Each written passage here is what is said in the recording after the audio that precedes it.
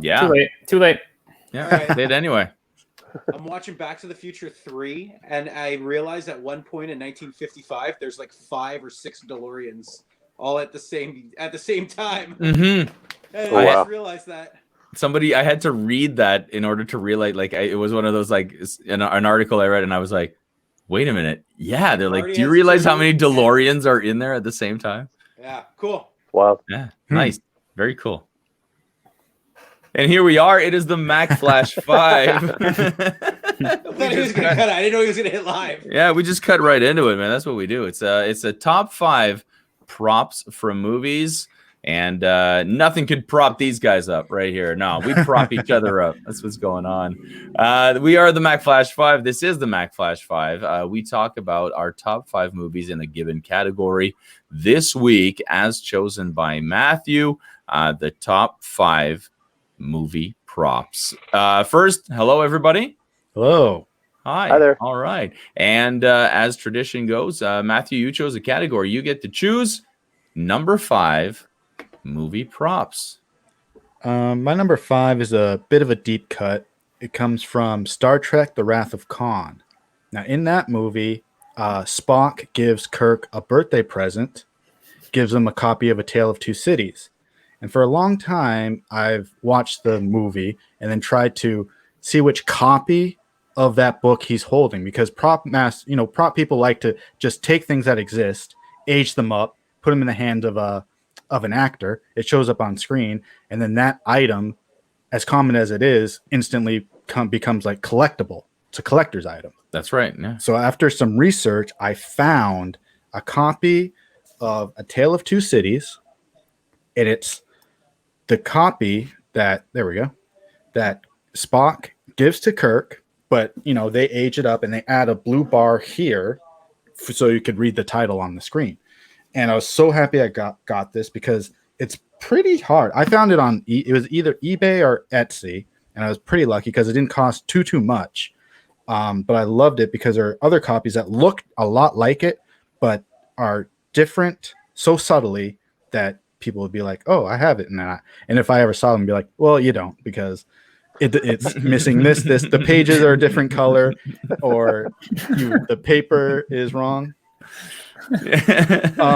But I was happy that I found it, and in the movie, I don't know what the big custom towards gift giving is from Vulcans or whatever, because they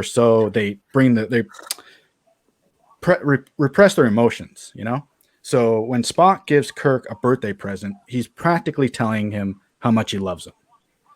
And I really do love. There's another instance of him doing that is when he calls him by his first name. Anytime Spock calls Kirk Jim, that means I love you, essentially.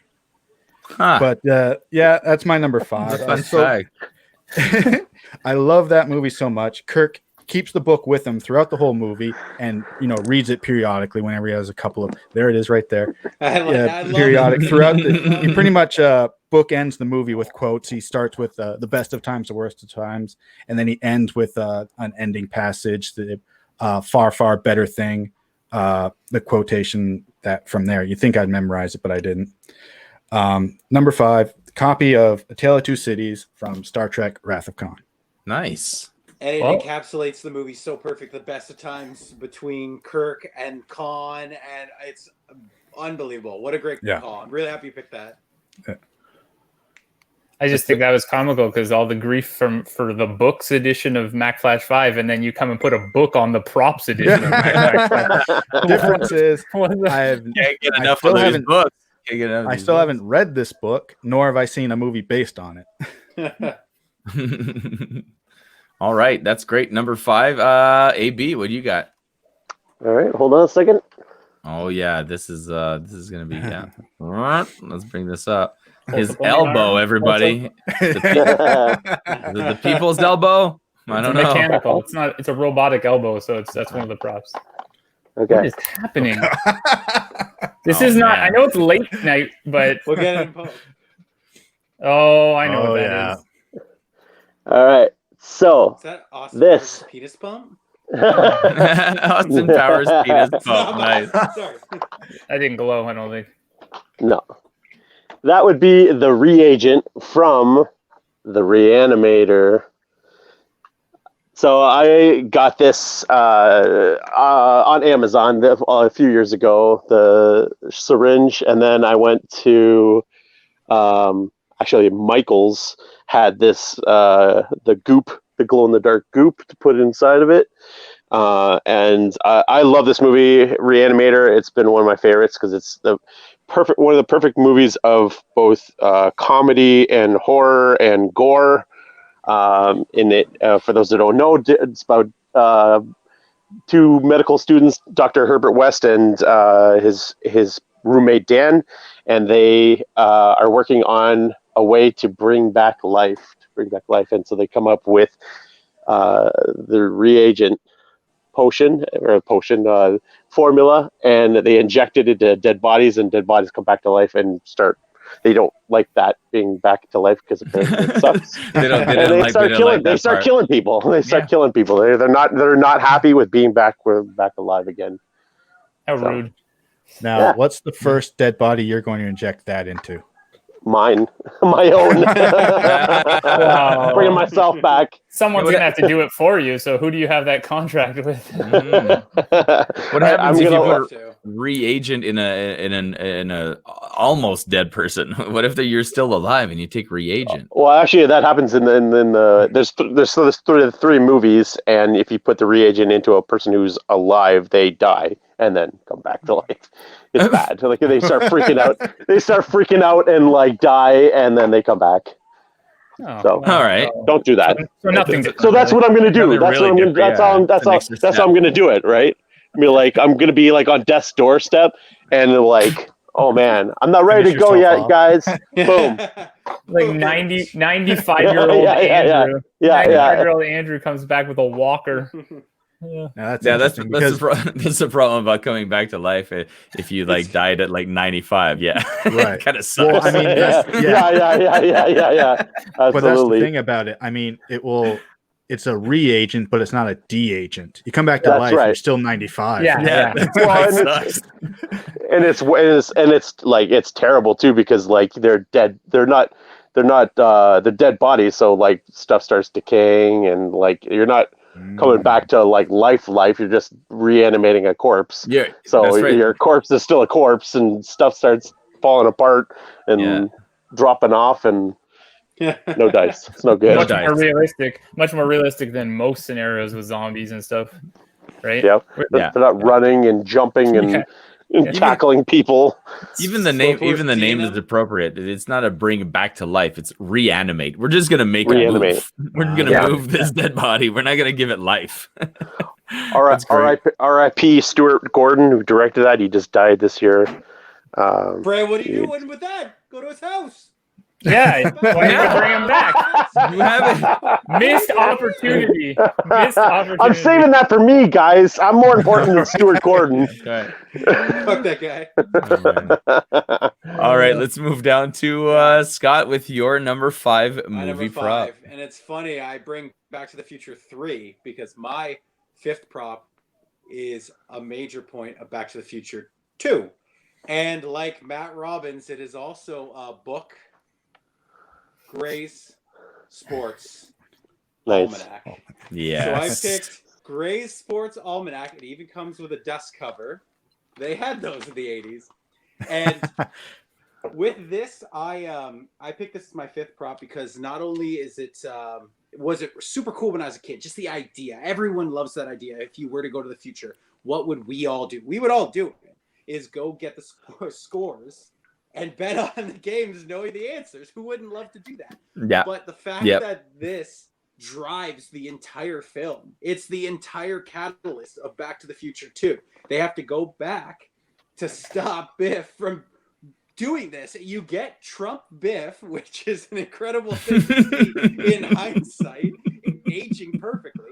But otherwise, there's just some good stuff with this. I like the fact that it drives through. The dust cover plays a role in it. The end when Marty burns it is such a good scene. And I've always liked the fact that this is supposed to hold the results of every sporting event in 50 years, and it's about 100 pages. And if there were really sporting events of every single game ever, it would be this big size 2 font. But for that, and because the movie's great, Gray's Sports Almanac is my 5.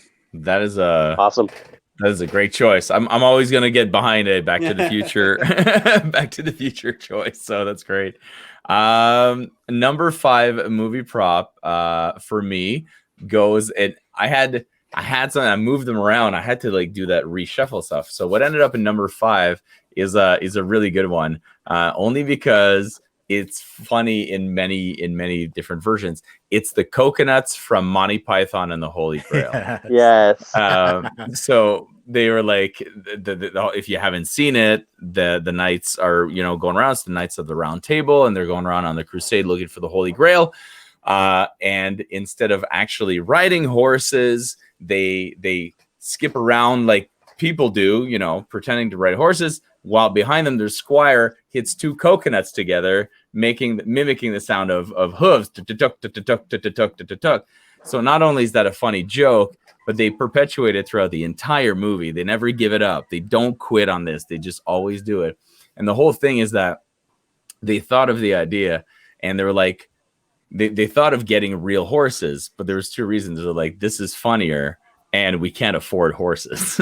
So they're like, instead of getting horses, we'll just do this. And the coconut comes back as well in different parts of the, how can a bird carry a coconut? And what kind of, what kind of sparrow is it?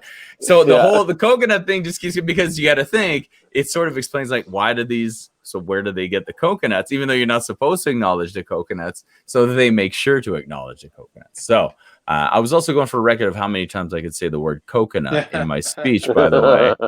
And I think I hit 49, so I'm pretty good. So yeah.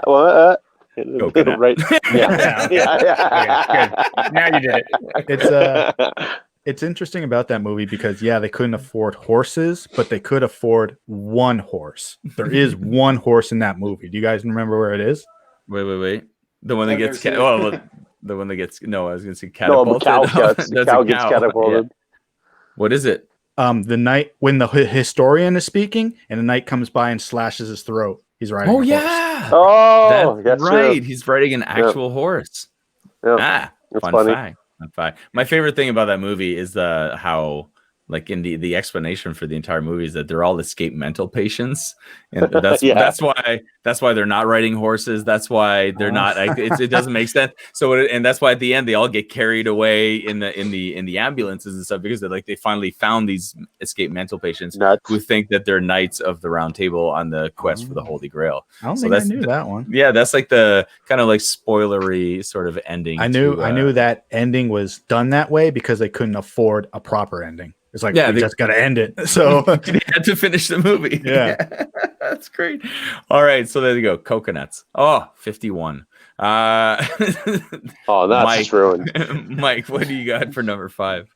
So my number 5 came by a sort of a fluke, because I had 4 obvious ones, and then some I was just sort of on the fence with. And I was talking with my wife about what props she would have, and we always like to run down the list, and she gives her ideas. And then I'll tell her later what you guys said, and she'll say, "Oh, I matched them." Well, anyways, we were talking about the props, and this one was one she mentioned that I went, "How on earth was this not even in my initial list?" I'm taking it, and we had a little argument. You're not taking mine. I'm taking it. I'm putting it in. No, it's mine now. And I mean, well, she understands why, because it's a little something that this gentleman likes to use. It is the crystals from Labyrinth. And as you see them, generally you see one, and people call it the crystal ball, they are crystal balls, but he has several. I don't have a whole lot to say about him, but it's just more of my connection to the film and Henson as a whole, and how amazing David Bowie did in that film. And the crystal balls themselves are kind of cool in that they have sort of multiple, probably unlimited purposes, depending on what they wanted to write into the script. But Jareth says to Sarah in the film that basically if you look at it quickly, it'll show you your dreams, right? So it's sort of almost like a mirror of Erised from Harry Potter. It'll show your dreams, but then as you go farther into the labyrinth, you see that he really uses it however he wants. They can change form into things that he wants them to look like as he sends them out to Sarah and to other people. They can cause hallucinations. They can pretty much do whatever you want. But there was no way they weren't making my list strictly because if you've never seen Labyrinth, you need to watch it just for the crystal ball juggling move that he does, which is actually not David Bowie doing it. There's like a world professional juggler that's doing that trick where they go around and it's like mesmerizing. Really? It's very. Oh man, you just ruined my whole childhood. I'm like, David Bowie is a genius. He can like juggle these balls. Like this guy can do anything. He's an alien. Tell you what, he can juggle these balls. I'll tell you what, he's David Bowie, so I'll let him do whatever he wants. But I was saying, the funny thing, I have never seen François' movie, but I know about the coconuts, and I've never seen Labyrinth, but I know that scene with like so. I just, as soon as you say that, I'm like, oh, that's the only thing I know. Yeah. And I mean, it wasn't even him. I'm the same way as well. I think I saw Labyrinth in parts, like they had it on, maybe at a summer camp or something. So I caught parts of it, but also the same thing where I'm like, oh yeah, the this thing. I know exactly what you're talking about. Yeah. I mean, they just sum up the whole magicalness of the film and Henson in general. So that's my number 5. Nice. It's great. If you watch the making of the Labyrinth on the DVD, it's amazing because they show you the guy who crouches behind Bowie and has his arm through under Bowie's armpit. Shut up. Yeah. And he's like doing that for puppetry for Bowie. Yeah, it's Bowie puppetry. Yeah. It's wild. That's like it anyway when they do that. Can I just randomly bring up something just because it's super related? Because I read it today and it's the same thing you said. So that technique of having the other hand and having the guy tucked behind, that's how they got the kid to play the banjo in Deliverance. Oh, that's so the kid who's on screen is not playing, and then there's a hand of a kid who actually can play, who's doing the picking. And so that's actually, I read that today. It's the same technique. Isn't that crazy? Wow. I bet if we dove in movies, I wonder how many times that's been done. Oh, probably tons of times. Yeah, especially sleight of hand, magic movies and stuff like that. Anybody got the banjo? Anyone got the banjo on their list? No, I didn't screw it out. Kermit's banjo? If anybody does Matt, I have Kermit's banjo. I was just going to say that. Have the actual banjo? Yeah. Oh man! All right, so that's great. Those were solid top 5. Or number 5, I guess. Let's go on to number 4. Matthew, what do you got for top 5 movie props? Number 4. My number 4 is similar to my number 5 in that prop people just grab things that are nearby and use them in movies. But this one also fits under the category of product placement, and it's from Back to the Future, which is full. I mean, that whole series is full of product placement, from Nike to Pepsi to this, which is, one that might, get away from people, but it's a pivotal piece of the first movie, especially. It's the JVC camcorder that Marty uses to tape the first time travel. And he also uses it to gather all of Doc's information about the car, which comes up later. It's so lucky he happened to have all of this information while to show 55 Doc Brown. Yeah. But it makes sense. It's not because he would use the same camera and he's too distracted to back up his tape. He just keeps taping on the same tape. So all of it would be right there. It makes sense. That's awesome. I'm sorry. Continue. No, that's fine. That's fine. Now I found this at Value Village. I found a case. It works. The battery doesn't work, but the plug-in came with it. It's got a tape and some headphones. $10. When I saw this on the shelf, I lost my mind. Not because it's a cool camcorder, but it's the camcorder from the movie. And for any of the younger folk who haven't seen Back to the Future but have watched Stranger Things, Sean Astin uses this camcorder in that Halloween episode. Oh, is it the same one? That was a little throwback, little tribute. Well, yeah, because that takes place in the 80s as well. Right. Yeah. Nice. Now, while you don't see the camera in Back to the Future 2, fan theories established that it's probably still in the DeLorean, and that's how old Biff learned how to use it to go back in time, because the tape was in the cassette. He turned it on. Doc So Brown, good. all that information is on there, and he's You're like, giving now Biff I know a how lot to of use it. credit. I don't give Biff that much credit. I think he luckily hit a button. Sure. I'm sure he could read the word play. You know Yeah, what I mean? exactly. You know, he could read play. All right. And what does this do? Arrows pointing backwards. No. I mean, I'm sure he could figure it out. No. Yeah, this is one of my favorite things. So number 5, the JVC camcorder from Back to the Future. Amazing. I thought you were gonna before you said first film. I thought you were gonna, and you were talking cross promotion, the Pizza Hut rehydrator. That's what I Yes. When he said Back to the Future, like, I didn't see 2, but I thought all that. Well, To me, Better with the hoverboard. that I rehydrator. still feel we'll see a hoverboard tonight. Oh, yeah, maybe. Well, we said no vehicles. Sure. Oh.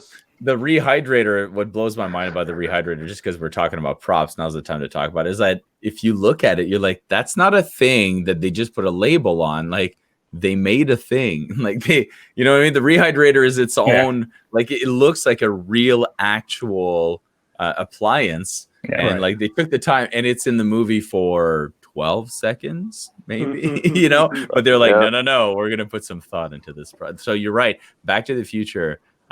Lots of attention to detail when it comes to the props. That's what the point I was making. Number 4, AB, what do you got? Okay, so I totally forgot on the first one there because I was too busy turning the lights off and all that crap. But when I think about props in movies, I think about horror movies, and so pretty much all of my movies are going to be horror movies tonight. And I own a lot of props from these horror movies, and so this one's kind of a cop out. But I watched it last night. I'm using it. I don't care at all about that. You know, like, I came here to do 2 things tonight: eat snacks and talk about props, and I'm all out of snacks. You're all out of snacks. I watched this last night. It's John Carpenter's They Live.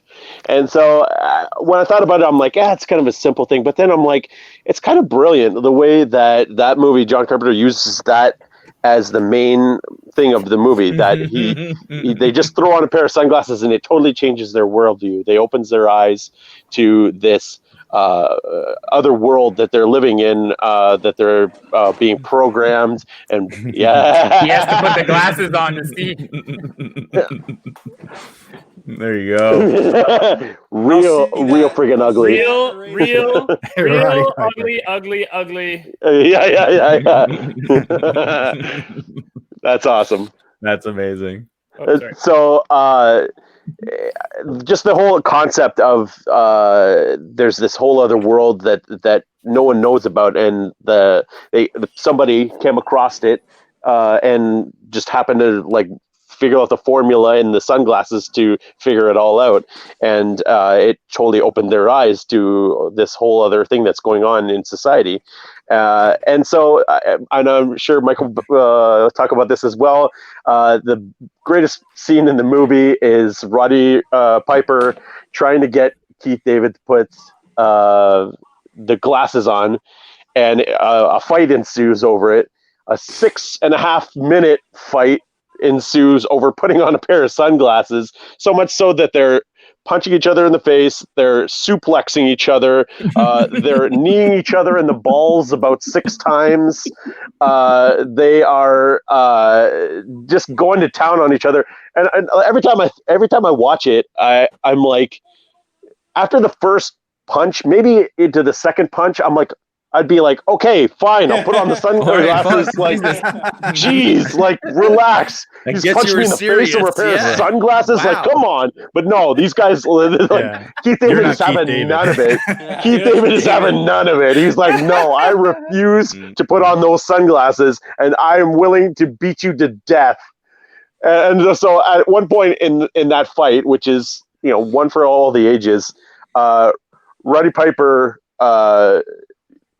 swings at him with basically a 2x4 and smashes out a window, and he's like, whoa, like almost like this is too far. It was his Right? car. It was his car. Yeah, the car window. And he's like, whoa, this is too far. And then Keith David gets super pissed and smashes a bottle, and it just completely obliterates his hand. And Roddy Piper just kind of laughs. He's like, haha. But then he realizes Keith David's like not finding it funny. He's just still back there, like ready to kill him. And it's like, yeah, it just goes like full bore after that. I'm just like, wow. Yeah. Pair of sunglasses, guys. Isn't there a moment where? Isn't there a moment where Keith Richards sort of almost goes to Keith sort David. of shake? Keith Richards.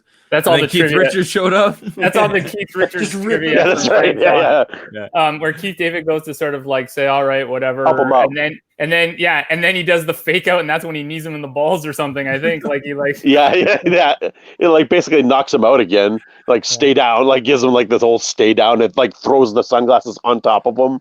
It's like, oh man. But anyway, They Live is one of my all-time favorite movies. It used to be on TV all the time, and I love it. It's amazing. I was reading an article because that's such a long fight scene. I think it's closer to 5 minutes because I was actually sort of watching the time when I watched it yesterday, and but it feels like it's 10 minutes.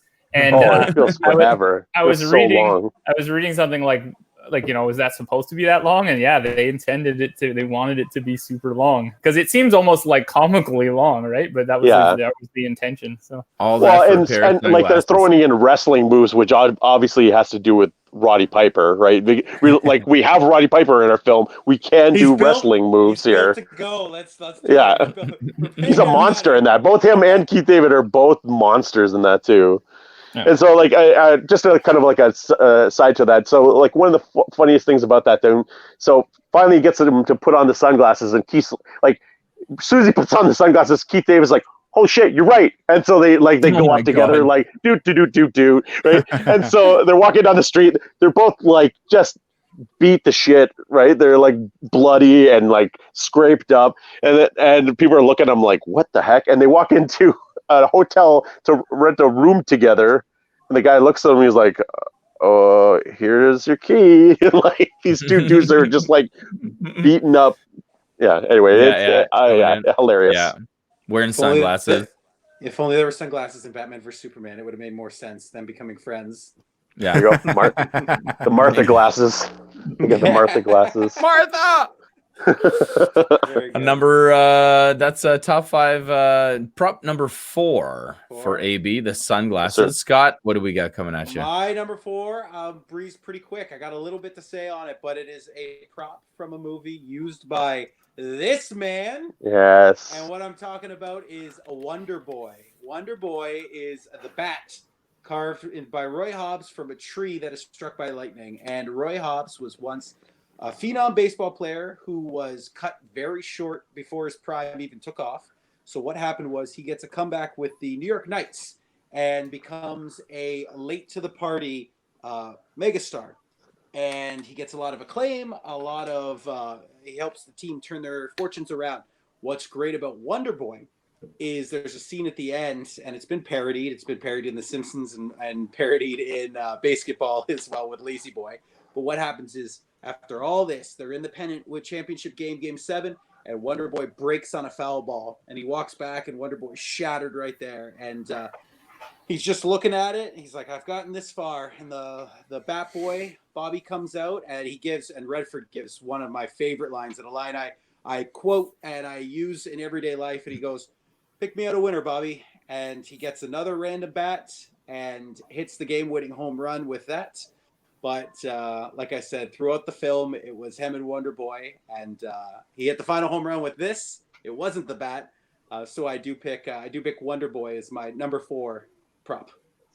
Now, just a quick correction: the Bat Boy gives Roy a bat that the boy had carved himself. Oh, that's right. Yeah, I forget, and I forget what he named that one, but yeah, you're absolutely right because there's a lightning bolt in that one too. Yeah, that's hilarious. Yeah. Because he put Wonder Boy with the bat. You're right.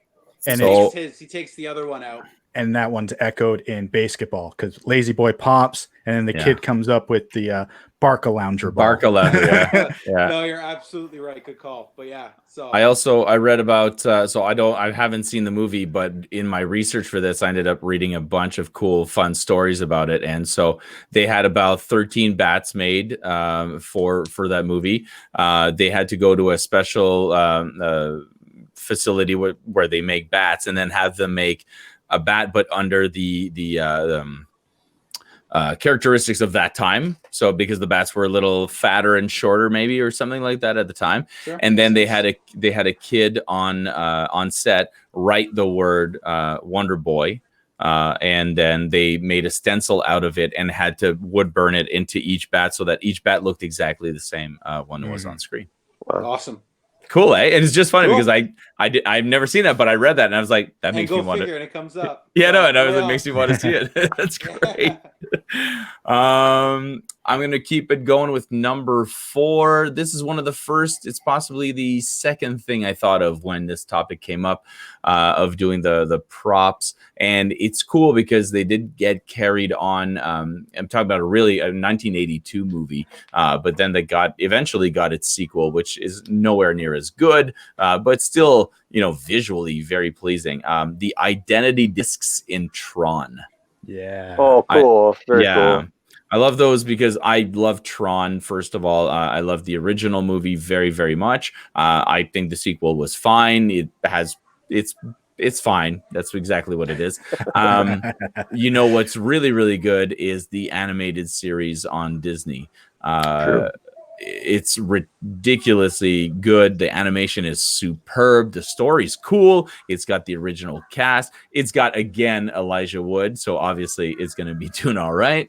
But they carry the identity disc. The cool thing about the identity disc is that it's like if your wallet could suddenly become a weapon, basically, because the identity disc contains everything about the programs being the people, right? So everything about your program is contained in there. Everything you do is recorded on there. It's your hard disk. It's your hard drive that records all of your experiences and everything, to the point where, if you lose your identity disc or break it, it could break you as well, because you would lose a lot of yourself. But at the same time, it can be used as a weapon, Frisbee style, as seen in the first movie, where they can bounce it off surfaces and hit each other.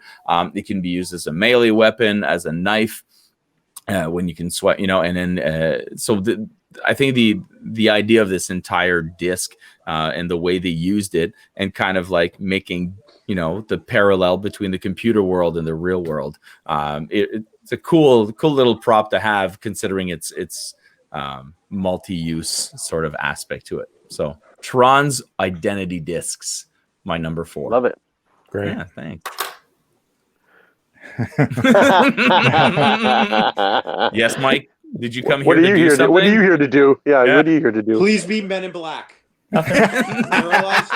Nothing.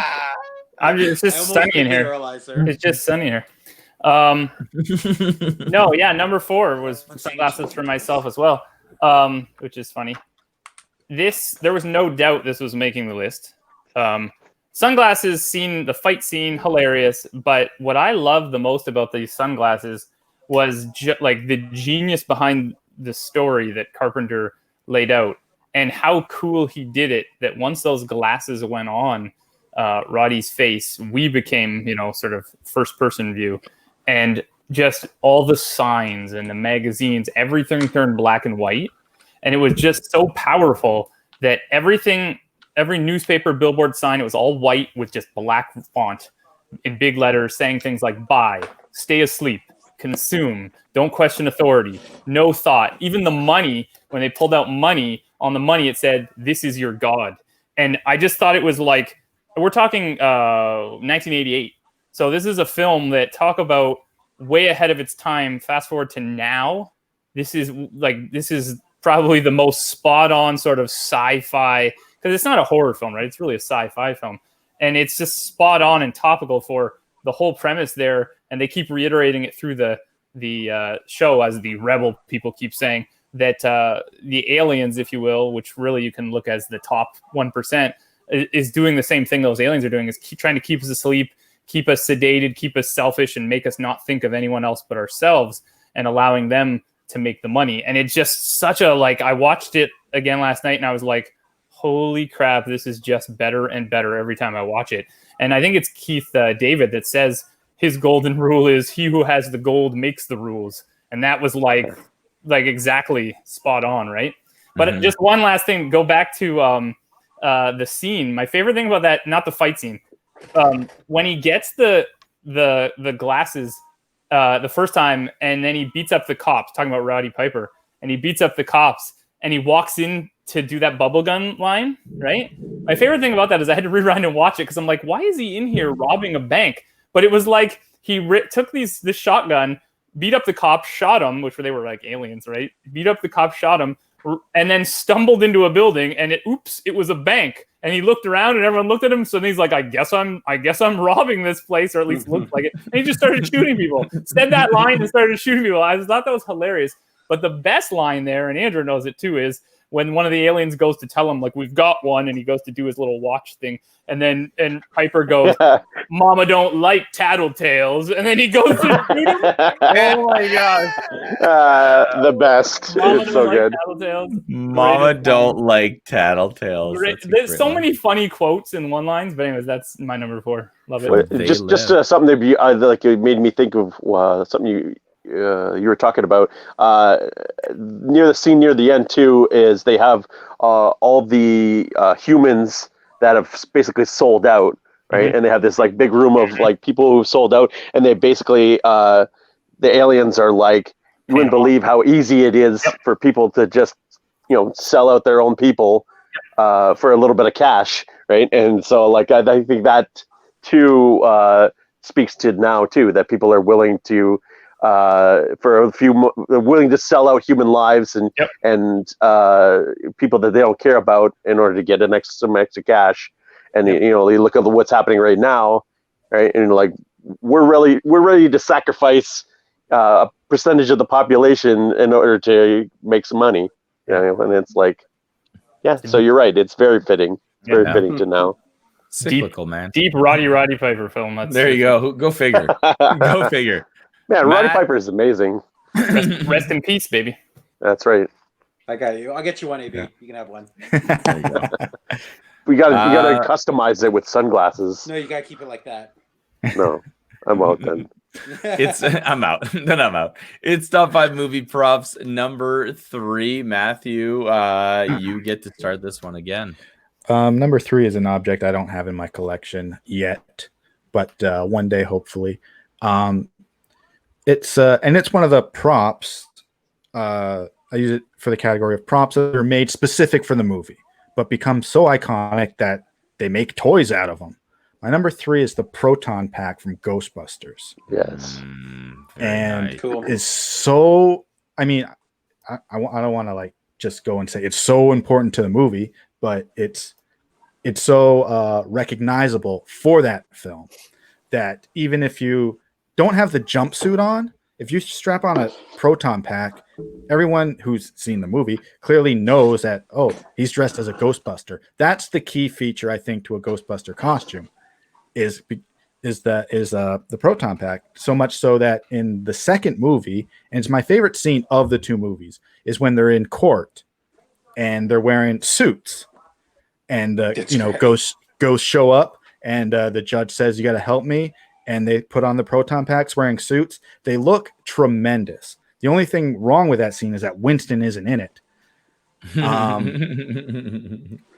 But it's, clearly it's not, it's weird to call it. I would never put it on a list of movie weapons because it's really not. It's used to capture and hold ghosts, but not kill them. Yeah. You know what I mean? Yeah. But it did kill the weapon like Marshmallow Man.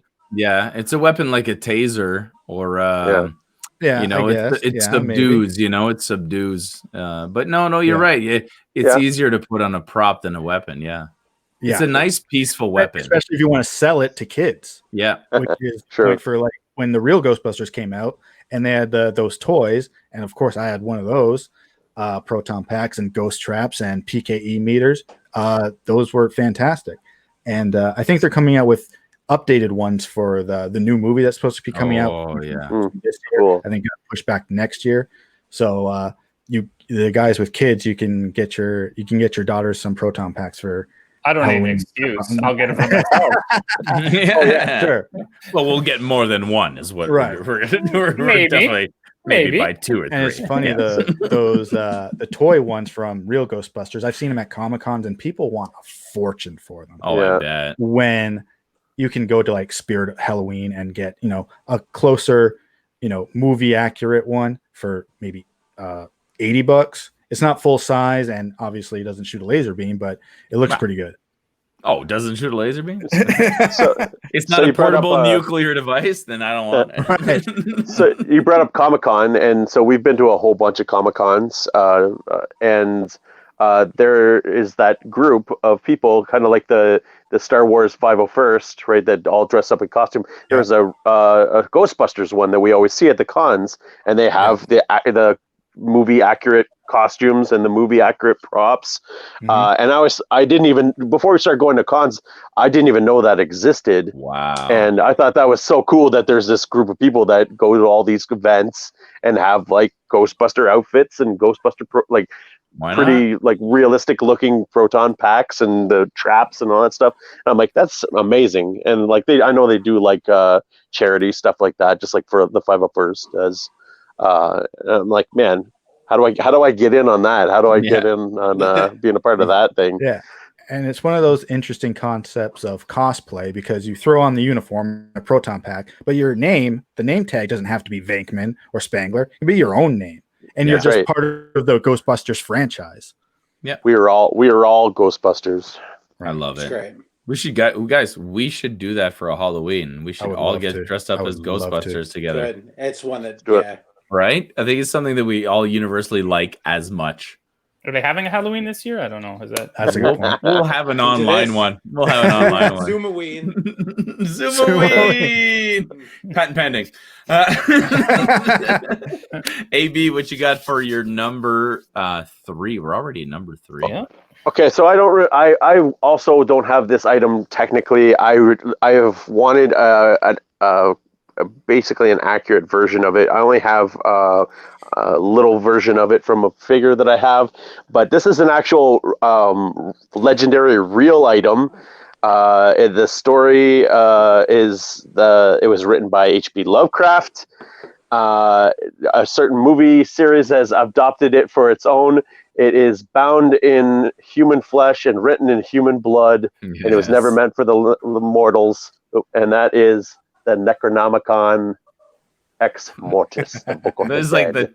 that is the tiniest Necronomicon I've ever seen in my life. It's the Pocket cutest. size. It is so Pocket cute. size. You can keep it in your pocket. You can I didn't- put, I put never it in thought your you- pocket and keep it around for you. And just when you want to summon some demons, you can I feel like some pocket demons. Necronomicon. You know what you Like, do? It's like a cyanide tablet. You There you go. So those are obviously from these suckers, Evil Dead and Army of Darkness. And so I think that it's cool that they took an actual real like legendary book and kind of like co-opted and like basically like took it over, because I mean for the most part now when people hear Necronomicon, that's what they think of is the Army of Darkness and Evil Dead. One of the things I don't want to talk too much about the movies, but I'll talk about the show. And so when they brought the show Ash versus the Evil Dead, I was like, well, how are they going to bring it back? Like it was kind of over. And so, spoiler alert, in the first episode, he's with some woman and he's like seducing some woman in the trailer park that he lives in. And she asks him to read some poetry. He's like, be romantic, read me some poetry. So he decides to read poetry from the Necronomicon. And surprise, surprise, more demons start popping out. And I laughed so hard because I was like, that is such an Ash thing to do, is to summon some demons to get laid, basically. Go off and get laid. Yeah. Was like, I died laughing because I'm like, that's so Ash. But anyway, Necronomicon is my number 3. I love. Now I thought you had maybe one of these days I will find a accurate prop. Version I of thought it. you had what I have. I would have brought them on there. The DVDs. No, I have the Blu-rays. Yeah, but the DVDs are actual size, and I know. They scream when you press the eye. No way. They're DVD, so they're garbage. That's amazing.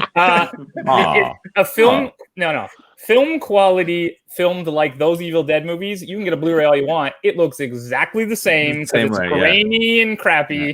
Your Blu-ray doesn't. We'll put them face to face. We'll put TVs up. They'll look exactly the same. Like you said, I dumped this V8. I dumped this VHS onto a Blu-ray. It still will look like a VHS. Yeah. All right, the Necronomicon. That was a good one. That's a good one. Yeah, getting one of those would look good on a shelf. I 100%. Yeah. Scott, what do you got for number 3? Okay, for my number 3, I'm going to dip into the Marvel Cinematic Universe. And there's plenty of props, but I'm going to go with one of the biggest, the best. It's appeared in, for my money, probably the most films, and it's got the best inspiration of hope. And I'm going with Captain America's Shield. Yes. So the reason why I picked Captain America's Shield, because it first popped up in 2011's Captain America: The First Avenger, if you don't count the 2009 cameo in Iron Man 2, which again, when that pops up, gasps aplenty. 2010 Iron Man 2 gasps aplenty when Coulson holds it up. So that's where you first integrate the universe.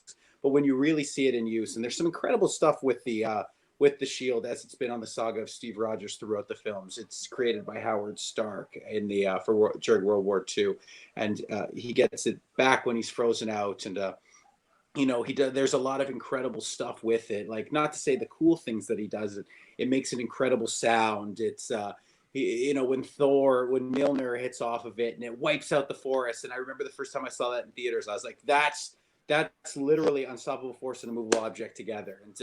And there's some incredible direction shots with this. You see when both of their weapons are coming back to them in the Battle of New York. And I've always loved the elevator scene when he gets in the fight and at the end he kicks it up and he catches it. And I've tried it a few times. That's so smart. But it's plastic. But it's little things that really make me appreciate the Shield when you see the kind of story that the Shield itself has had in the movies. And you go as far as Civil War, where Tony says to Steve, you don't deserve that shield, after their epic battle, their epic battle of words into actual fists. And you don't deserve that. My father built that shield. That's not for you. And he drops it and he leaves it and he leaves behind the mantle as Captain America. When he pops up in Infinity War, he does not have it. Flash forward another 5 years after the snap. And then there's a very profound scene where they're kind of burying the hatchet and he's giving it back to him. And the original First Avenger music plays, and he's finally saying, to do this mission, you got to go back and you got to be whole again. And he gives it to him, and then they go through. And then the movie Endgame itself, incredible moments. Cap dual wielding, throwing the shield, hitting Mjolnir, it getting destroyed, and the big scene right before the portal scene when he straps it on and Captain America's ready to go with half a broken down shield. He's going out fighting. And then again, finally at the end of the movie, you get the literal handing of a baton, but instead of the baton, it's the actual shield to the next Captain America and Sam. And again, just the saga of the shield itself from, beginning of appearance to the very end and where it goes from here. It's a symbol of hope, symbol of inspiration. And again, for my money, the best and greatest of plenty of Marvel Cinematic Universe props. Yeah. Oh, I have to.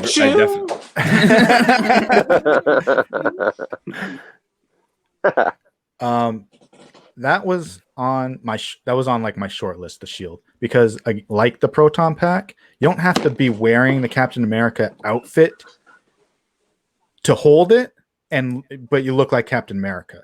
There are 2 or 3 scenes where Steve Rogers is in street clothes, but he's holding that shield, and he looks like Captain America. Yeah. And I mean, anybody who's holding it, in a certain angle, staring off in the distance, and you feel like Captain America holding it.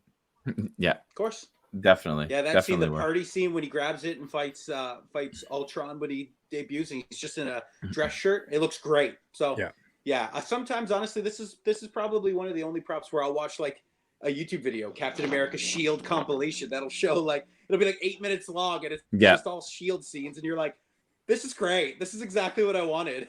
And it's one of those things again that like you know, you don't expect it as a weapon. It's a shield. Literally, it's the companion to a weapon. You know, you have a sword and a shield, and you fight with this, you block with this. But like, it's seeing all the cool ways that Captain America uses it, throws it, bounces it, does a thing, flips it, like you said, stabs it in a thing. You know, he uses it in so many different ways, and the sound is incredible. When he puts it on his back, and it's an awesome prop sound. It's in First Avenger. He uses it as a shield because he's also got a sidearm, which he doesn't, you know, he drops the use of weapons after Avengers. Avengers, he uses a gun, but after that, it's shield only until Endgame, where he can pick up Mjolnir. Yeah, it's crazy. Well, and the shield in Endgame, after that is from Wakanda. It's made from vibranium too, right? Yeah. From the get-go. I mean, that was from the get-go, but it was one of the first pieces of vibranium you see in the MCU, as a matter of fact. Right, but the end one, he gets it actually from them, from the Wakandan people. From Stark, he gets the arm things. So those don't count in Infinity War. Okay. That's not a Captain America shield. His black little things in Infinity War? No.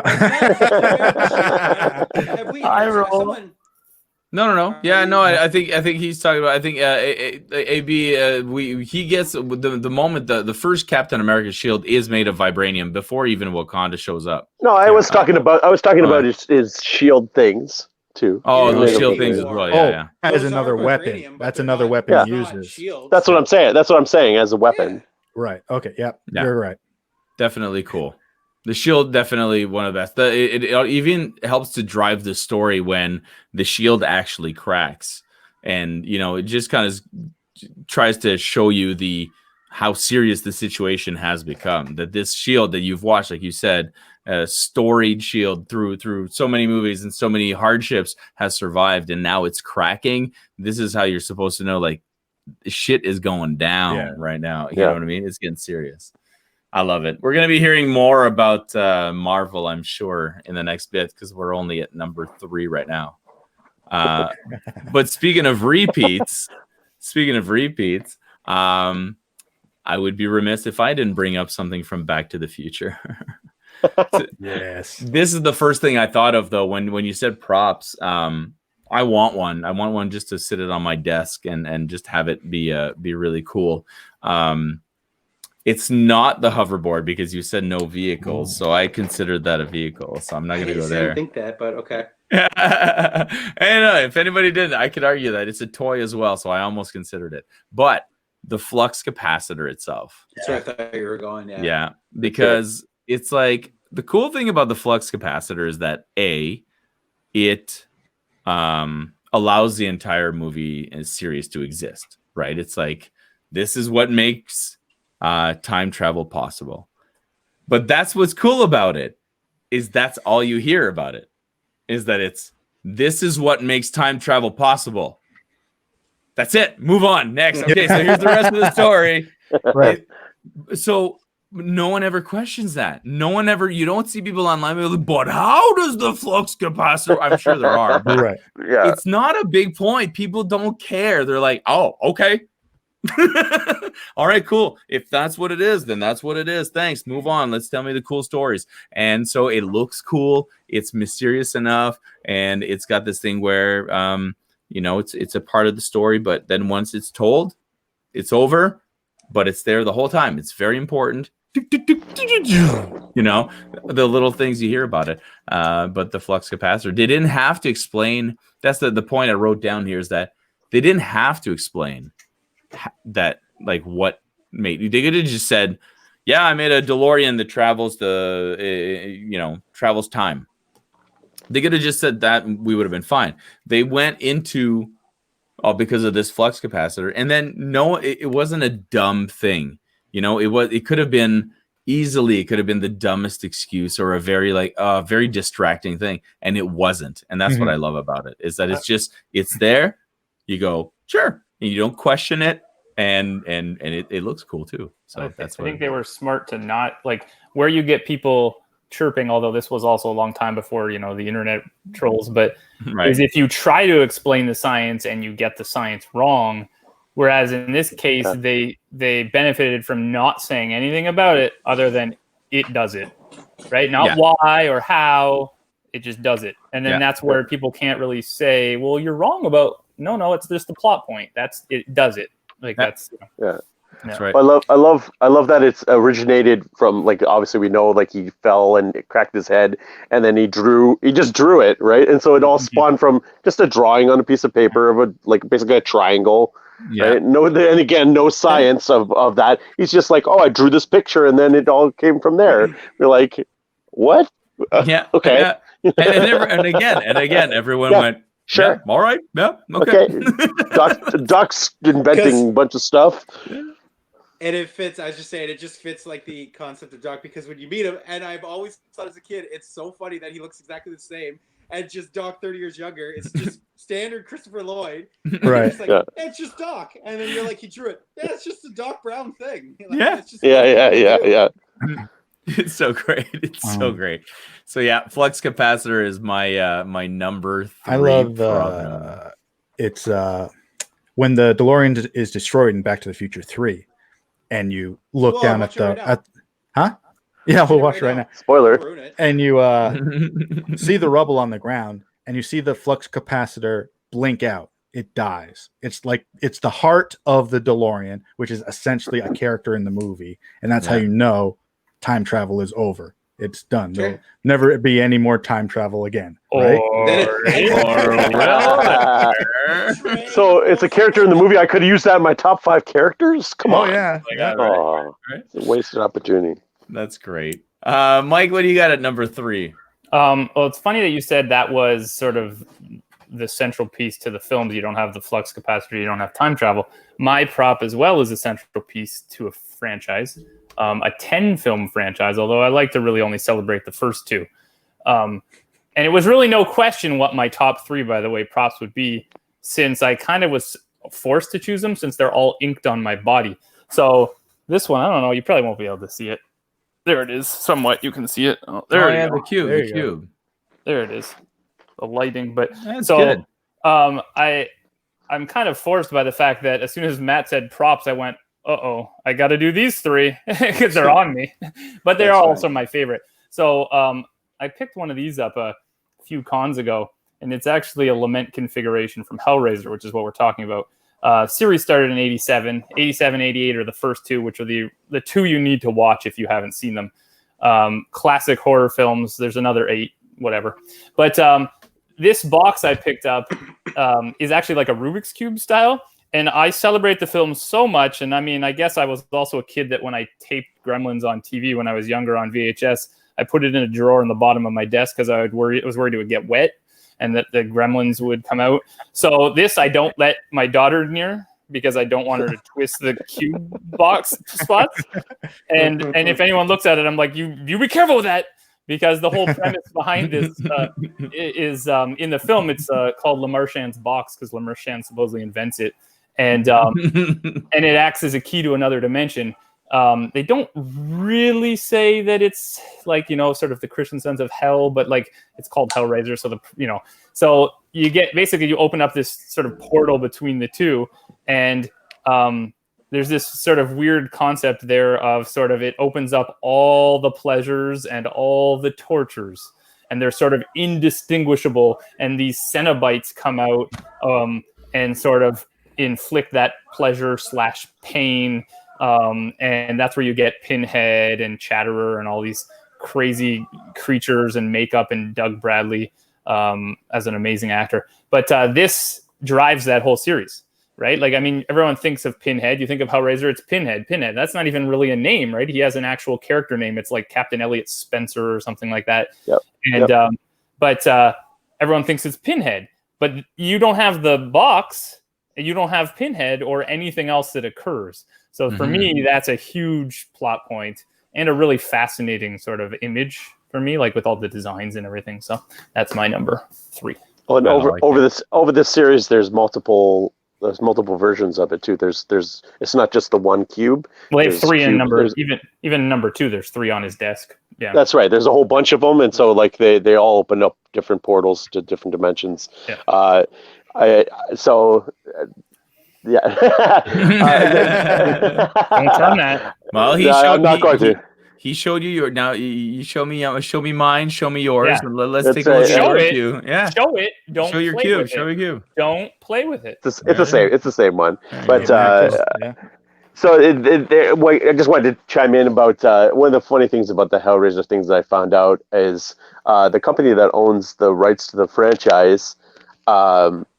They're obligated to make a movie every few years in order to keep the franchise, keep the rights to the franchise.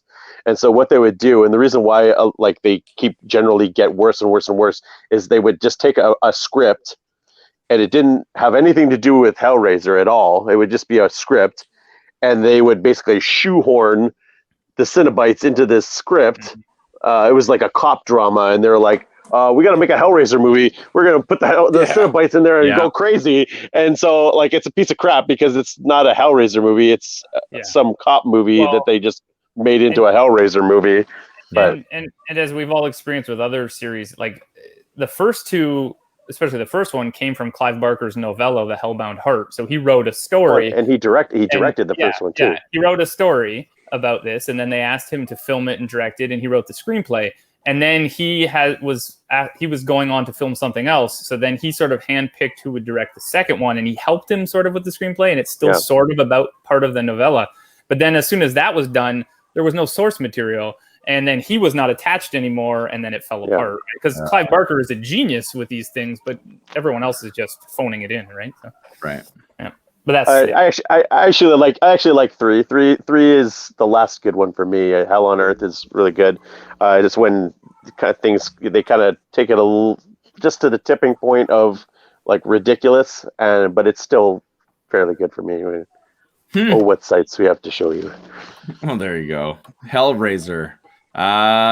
Matthew kicking off top 5 movie props. Number 2. Top 2 now. My number 2 quasi represents, or I would put under the category of a MacGuffin. Now, a MacGuffin in with sausage and everything. Yeah. I thought that was your joke. Yeah, I love a good egg MacGuffin. Yeah. No, I knew what you meant because I actually tried to find a MacGuffin for mine as well. So I'm glad you're bringing it up. Go. This would probably go under the mini MacGuffin because it's only in one scene in one movie. It's the Golden Idol from Raiders of the Lost Ark. I knew you were gonna pick that. Okay. Well, he's got it. It's gorgeous. Of course. Yeah. It's indie. Obviously, you did. Now, of course, a MacGuffin means it's usually an object in a movie that everyone is after and is willing to kill for to get. Now, the real one for Raiders of the Lost Ark is the titular Lost Ark of the Covenant. But in the cold opening of Raiders of the Lost Ark, Indy is introduced perfectly to us as an archaeologist by going to South America, putting together maps and clues and stuff, finding a hidden temple that's inside a cave, and looking and finding this golden idol. Sidestepping booby traps to get there, kneeling down, making sure he has a bag of sand to match the weight so he can tip it over and put the bag of sand down, and he thinks he's got it.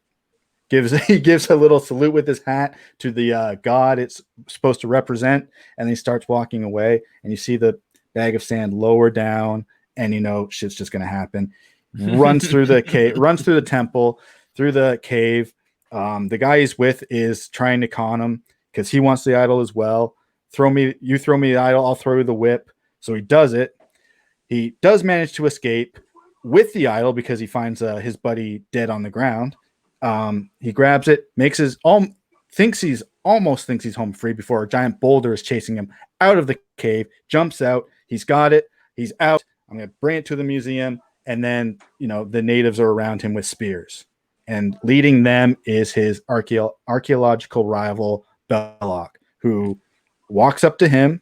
He doesn't have to sidestep any booby traps. He doesn't have to grab a bag of sand. Yeah, sure. He doesn't have to follow maps and clues. He just follows the trail Indy set for him, hands it over to him, and now he's got the idol. And, as far as archaeology is concerned, that's not the best form of it. I'm angry just listening to you. Oh, so I'm just angry right now just listening to you tell the story. So I got a question. I got a question for you. I got a question for you guys. Do you think that it didn't work? The bag of sand didn't work because it didn't weigh the same, or do you think that it was just that he wasn't quick enough to get it on there? He didn't weigh the same. You didn't get the weight right. I think it was irrelevant. No matter what, the shift is gonna. I think that's my theory. I think that he's so good. Yeah. I think that he's so good that he got the weight right. He 100% got the weight right because he takes them out. But so he's like, because that was never a problem. Yeah, you're either lifting one before the other, which messes up, or you're having them both on at the same time slightly. Yeah. So it's too much. The thing is like he's not that good. I think we've talked about this before too. That he's a lot lucky. He's a lot lucky, and so I think that he didn't get the weight right. But either way, but he was like he was close. But I got to say though, Matt, as a solid choice because out of all the films, I think that's the best scene in all three films. Mm-hmm. And even though this is a MacGuffin and just a small little thing too, that's not really even a plot point, right? It's one of the more memorable items out of all the films. I think that's the main thing. I think it's the most memorable because you're right. Because everything happens there. Yeah. The boulder is probably the most known, but everyone knows he's being chased. We're holding something, and then they think it's that. Yeah. Weird Al, UHF. That's another one. Yeah. That's right. Yeah. One little behind the scenes thing. The actual idol used in the movie is hollow.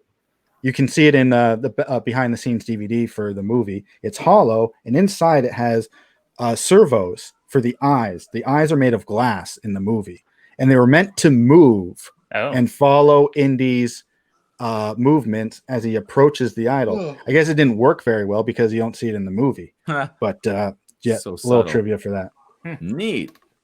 I really like that. All right, that's number 2. Carry on, my wayward son. AB number 2. What are you right there? You guys hear that? Did your prop fly away? What is it? You guys hear it? Are you okay? Is everything all right? Is everything okay? There's something going on in my apartment. I don't know what's going on. Whoa! What is going on? What is that? Oh my gosh! It's a deadly sphere. Take 2. We're gonna edit that out in post. No, please don't. No, I don't. Okay, so this movie, I was gonna bring this movie up in for the mind-bending movies, and I ultimately did not. Wait, was that a string? Yeah. I thought that was really flying. Well, Matt's is leaving. Matt's out of here. Matt's out of here. I need to know what movie this is. You can take it, yeah. All right. So this week I made this I went to Michael's and I got some stuff and I made this. This is the sphere from Don Curcelli's Phantasm. And so there's 5 Phantasm movies now. And so Phantasm movies are like basically a nightmare. They're all about a nightmare. There's a tall old guy who people refer to as the tall man. And he is trying to steal dead bodies. He kills people, takes their dead bodies, and brings them back to his own dimension and transforms them into his little minions, which are like little evil dwarf guys. It's really weird. It's a really weird film. It's a really weird series. But that looks really good. Yours look really thanks, good. Man. Nice. Hold on. Keep that there. There you go. Yeah. Good job, AB.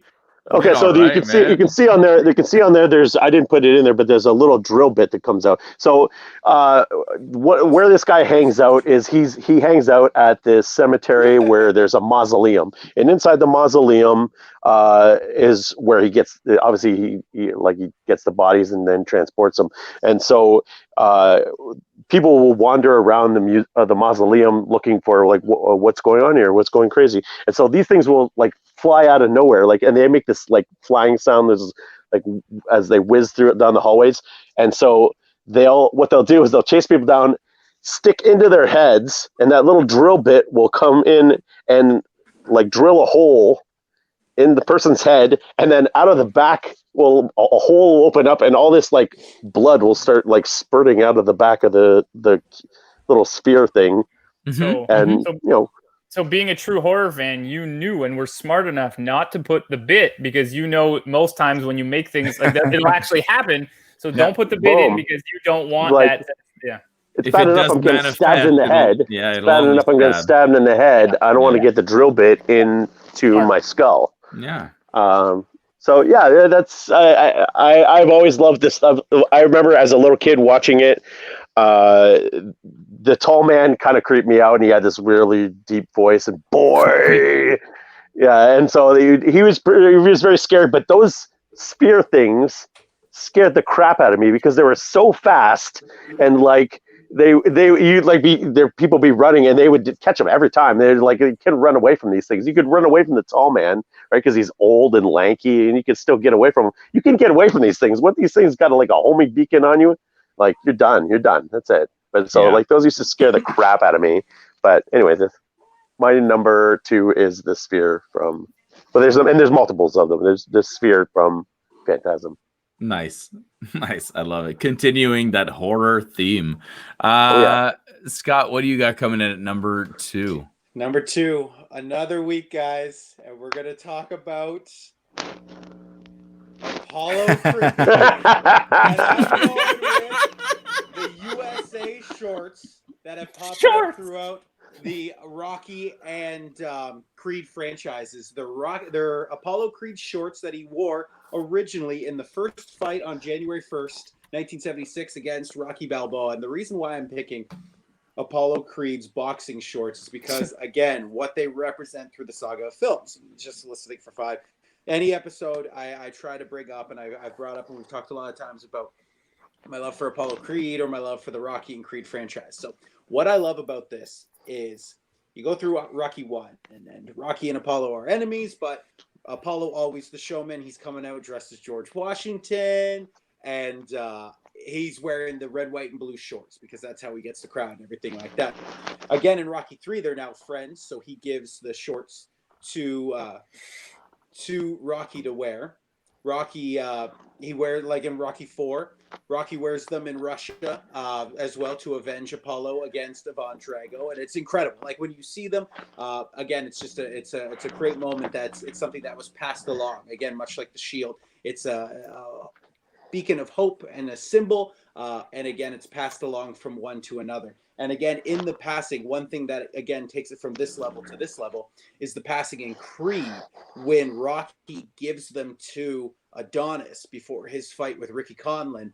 And the best thing about it is when he opens it up and he sees the shorts. And again, the name is a whole plot point of the film Creed. And he opens the shorts, and, they were his father's before him, and they say Creed on the front because he has to use the name for the fight.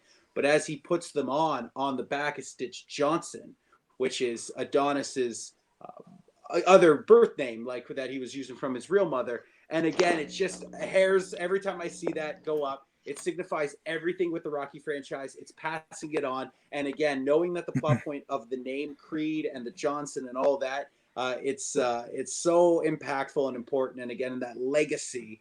So Apollo Creed's red, white, and blue trunks from the Rocky and Creed franchise. My number 2. I love it. Now, there's one passing you missed. Is when Rocky gives them to Tommy Gunn, who he feels is his successor, and then, gets betrayed. What's amazing, because that ages so much better in Creed 2, because that's why he doesn't want to take. So again, yes, he does give them to Tommy Gunn.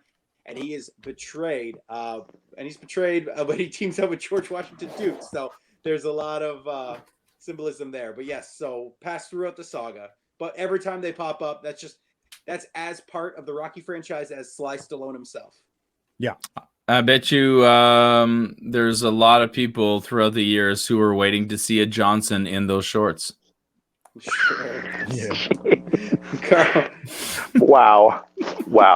That's my segue. That's my segue from that. No, I love it. Number two props down to me.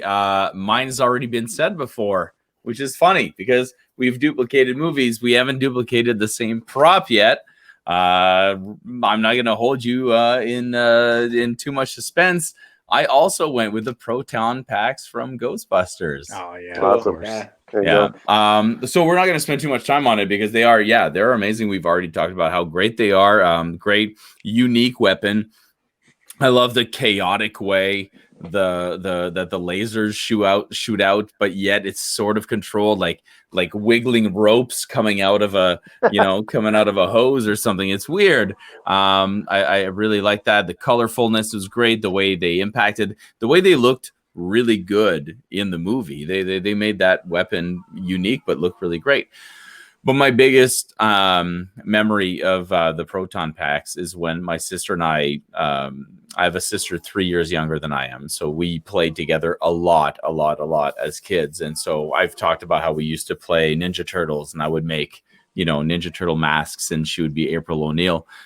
We also played Ghostbusters a lot. And I made my own Proton Pack. So it was a box, with the straps, and it was connected to, and this is the part I'm the proudest of, a dish soap bottle. So you can imagine the shape like a Palmolive bottle, whatever, with the spout that you pull out that pops out, boop, and then we had straws, like cocktail straws. There were orange and blue and yellow and all these very bright colors. So I made a long strip of straws, like, as long as I could. And then I mounted it to the inside of the nozzle so that when I would squeeze the bottle, the straws would shoot out of the tip, and it would look, blue and orange and, the color. And then I'd have to push it back in, or I don't know, maybe the air would suck the straw back in, whatever. But I had my own push, and it would shoot a colorful laser out. And that was my Proton Pack, man. I made that myself, and it worked every time. And so we'd run around the house, and my sister would be the one to be like, "There's a ghost there," and I'd be like, "Okay," because I had the Proton Pack. I never made her one,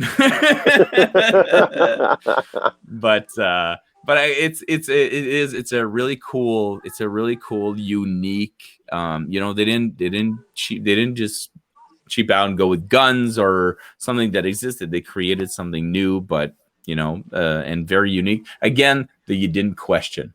I don't know how it works, but it works. I love it. So a Proton Pack for Ghostbusters for me too. Go ahead, Mike. Well, I was just going to say, I was when Matt was talking and when you're talking, I was thinking I almost put a Ghostbusters prop on my list, but it wasn't going to be the pack. It was going to be the actual ghost trap. The trap is awesome. And then I thought they kind of hinged on each other. You couldn't have one with the other, but they're separate things. And then I just gave up on the whole concept. Yeah. But the trap was fascinating to me because it could keep ghosts in it. And that's the fascinating part, because they're ghosts. They should just be able to fly out of it, right? I was what I really like about what I did like about the new Ghostbusters with the ladies was that the trap worked more similarly to the Proton Packs than it did in the original movies. You know what I mean? They were both if I remember correctly, the trap worked very much like a Proton Pack in the new Ghostbusters, if I'm not mistaken. Saw it.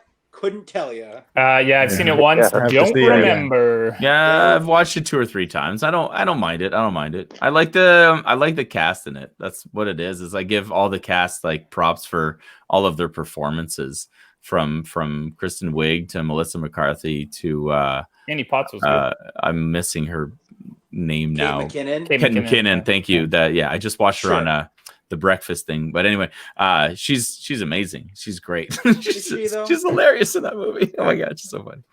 Okay. But one thing about the Proton Pack as a prop is it was almost a bit of necessity, but also it worked towards their characters. Is they were so heavy that it takes another person to put it on.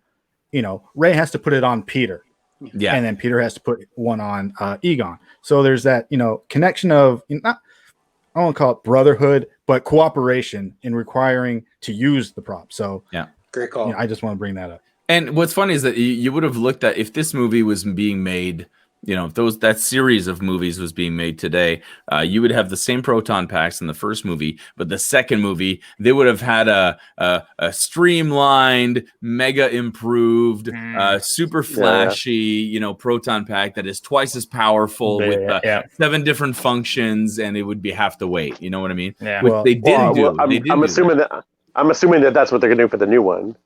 Right, like Matt said, they're revamping it. I'm sure one of the kids and the kid falls over. Well, what it'll be is like the kid will pull out his I've got an app for that, and it's his app on his phone. They're like, oh, yeah, this isn't Pokemon Go, buddy. This is not how it works. You gotta catch them all. Hilarious. That's so funny. But, all right, number 2. What do you got? Mack Flash, Mike MFM. All right, let's see if I can show the other arm here. Let's see if this will. There it is. There it is. There. Yes. There it is. The Orin medallion from Neverending Story. That was no question that was going to be on my list. Comes up so much in the film. It's the cover of the actual book that Bastian takes from the old man, and it is the essentially most important prop in the story for Atreyu as he travels through Fantasia. So the whole premise behind it is, and I mean, depending on the author or the director, they have very different meanings for it, but the premise behind it in the film anyways is that it speaks for the Empress. And so anyone who wears it, Atreyu wears it on his journey to save the city, it guides and protects him everywhere he goes, and where he goes, people see him wearing it, so they know he speaks for the Empress. Sort of some background to it is also that when humans wear it, it makes your wishes come true. But there's a cost to that. You lose your memories. So there's this sort of dark and light to it, which is why when you see it, it's got a dark snake and a light snake, and they're sort of eating each other's tails. It's that sort of infinity kind of thing.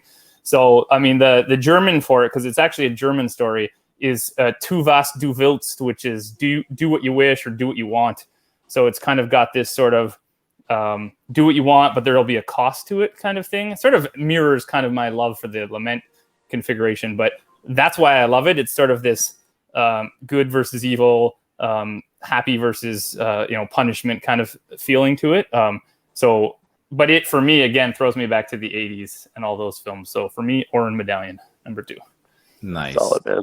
Love it. That is a good choice. I haven't seen that since it came out, and I would have been in I haven't seen it ever. I think I would have been in grade 4 maybe at the time when 1984 is when it came out. So. So somewhere around there.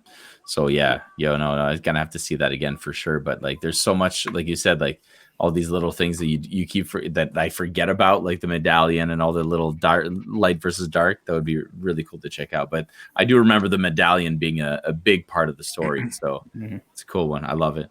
We're heading down to the number 1s, but before we do that, it's time for the honorable mentions. Right. No twists, no turns here. Just literally things we still like, but just quite didn't make the list for some reason. No explanation, no nothing. Go.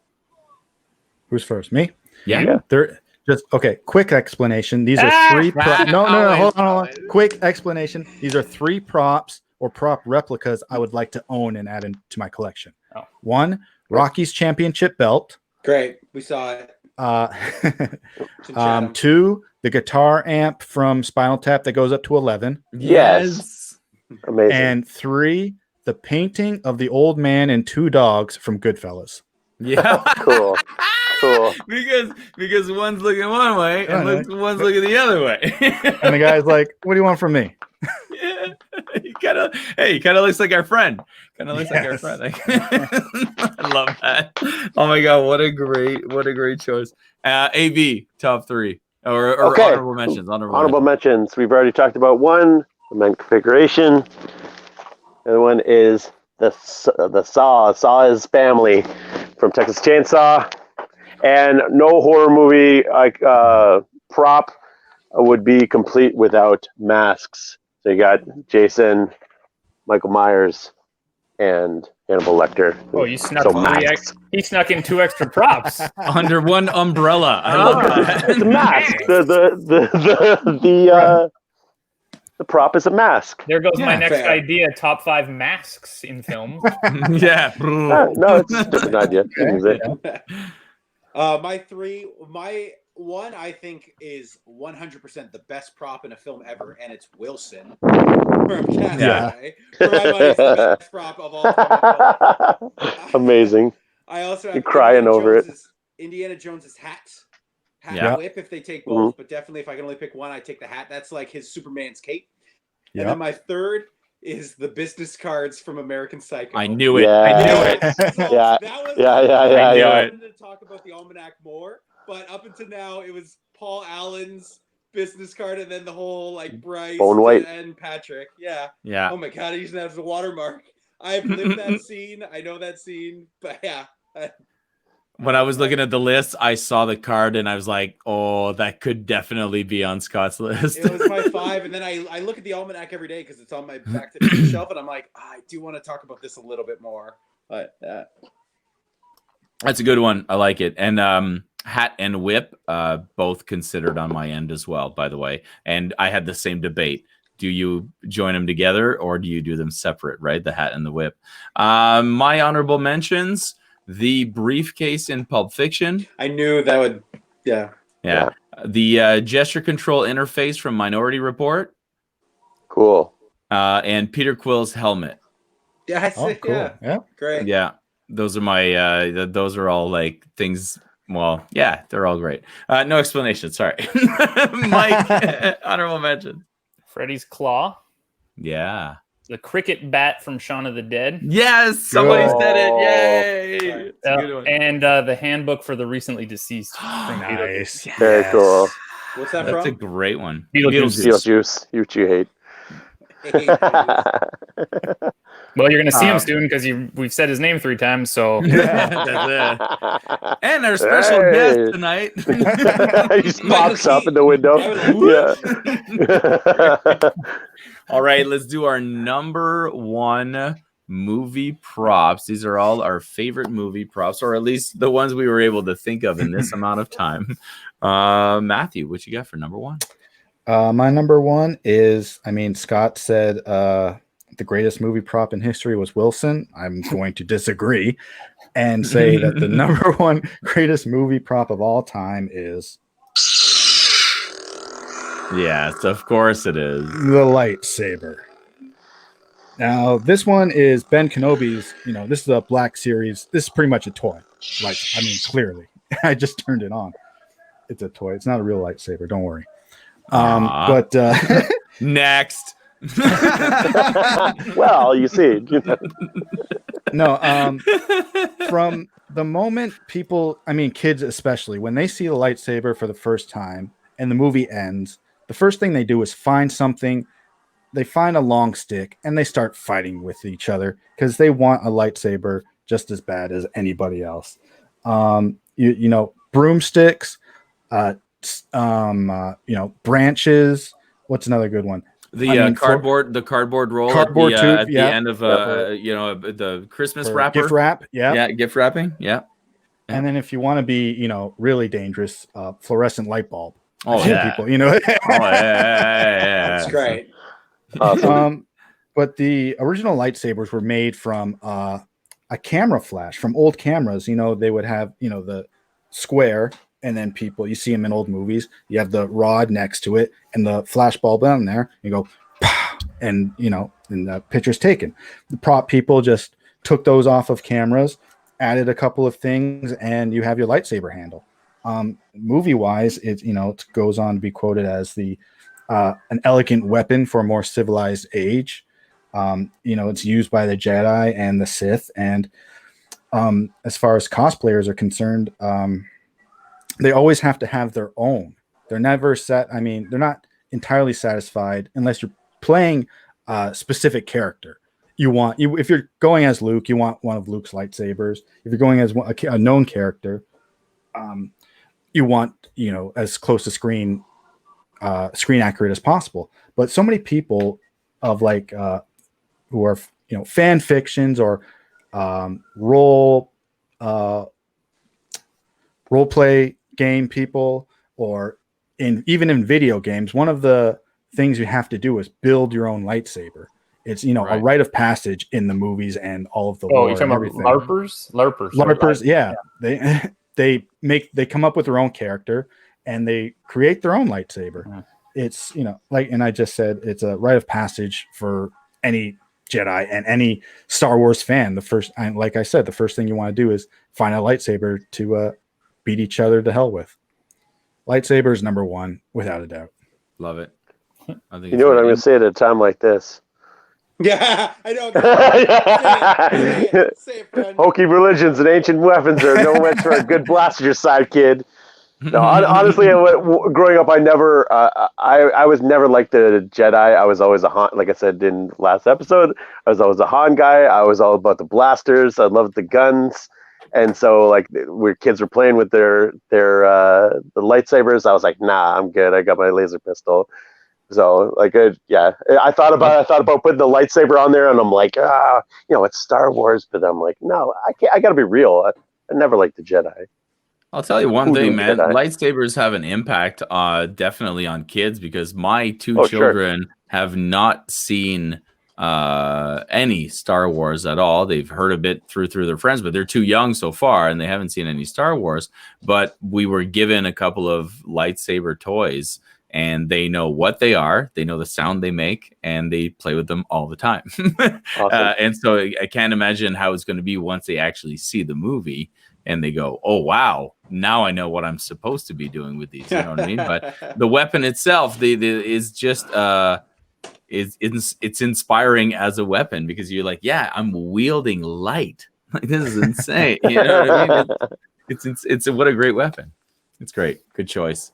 Number one, AB. Is it a phaser? No, it's been brought up. Dice? It's been brought up last week and this week. Ooh. Oh, there it is. Awesome. Yeah. I when Mike put him on his list of top 5 things, I was so jealous, because I love Freddy and I love the glove. The glove is one of the most iconic pieces of horror props that you can think of. When you see the glove, you know exactly what it is. And one of the things I love about the glove is, people equate it to there's Wolverine has his claws, and there's all the cool things in the movies. Freddy makes this himself. Like he's like a crazy murderer and all this stuff, but he decides out of the blue that he's going to make this glove and wield it, or make it and use it to kill people. And I think that's kind of weird and crazy. But to me, when you see the glove, even again, we were talking earlier with the items that they don't need to have like we're talking about the Proton Packs, and we're talking about Cap Shield. You don't need to have the hat and the sweater to know that it's Freddy, right? Freddy will take all different forms and disguises, and he'll possess people in certain films. All of a sudden, you see the glove come out, or you see the glove come in things, and you know that it's Freddy. Here comes Freddy, because you see the glove. Yeah, and to me, like I said, there's no more iconic piece in a horror movie than Freddy's glove. And which one was it? I don't know if it was 3 or which one, but where he's playing Nintendo and then he puts on the power glove and he says, "I can feel the power," and it's that is. I can't remember. 4, 5. I don't know either.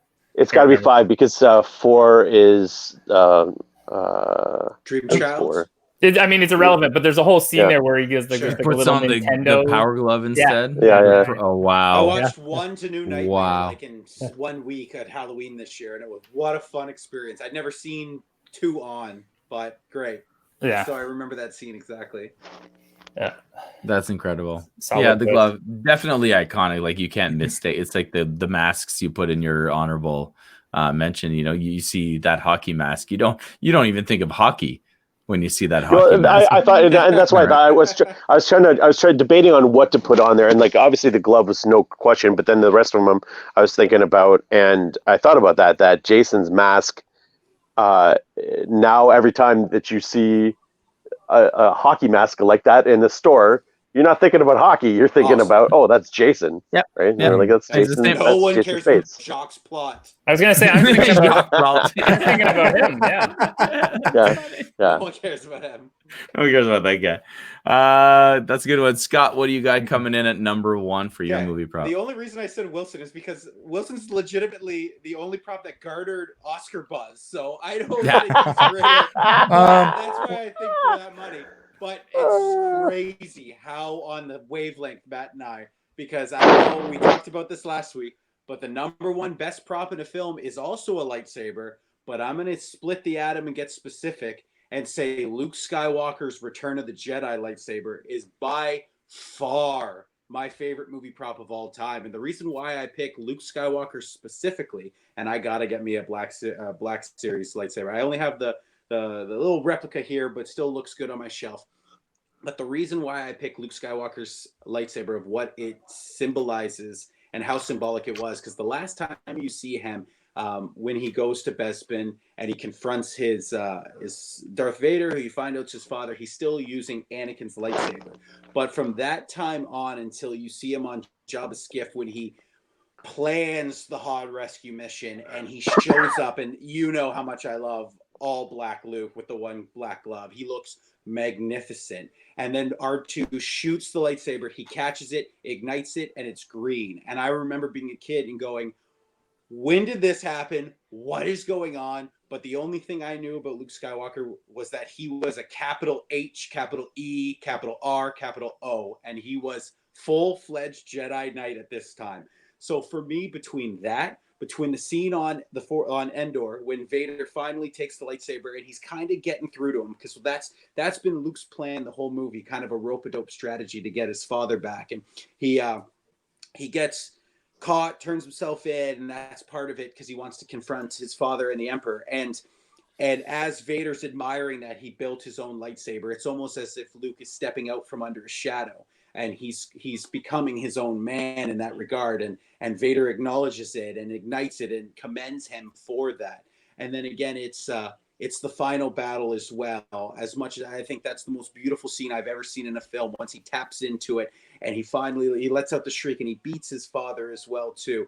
And for everything it encompasses, and it's Luke's story arc complete. And it pains me that you didn't see the green lightsaber in 8 or 9, or it wasn't a major point. But again, that was where the story dictated it. Was Anakin's lightsaber was the driving force. But again, for me, my favorite prop in any film will always be Luke Skywalker's green lightsaber. Nice.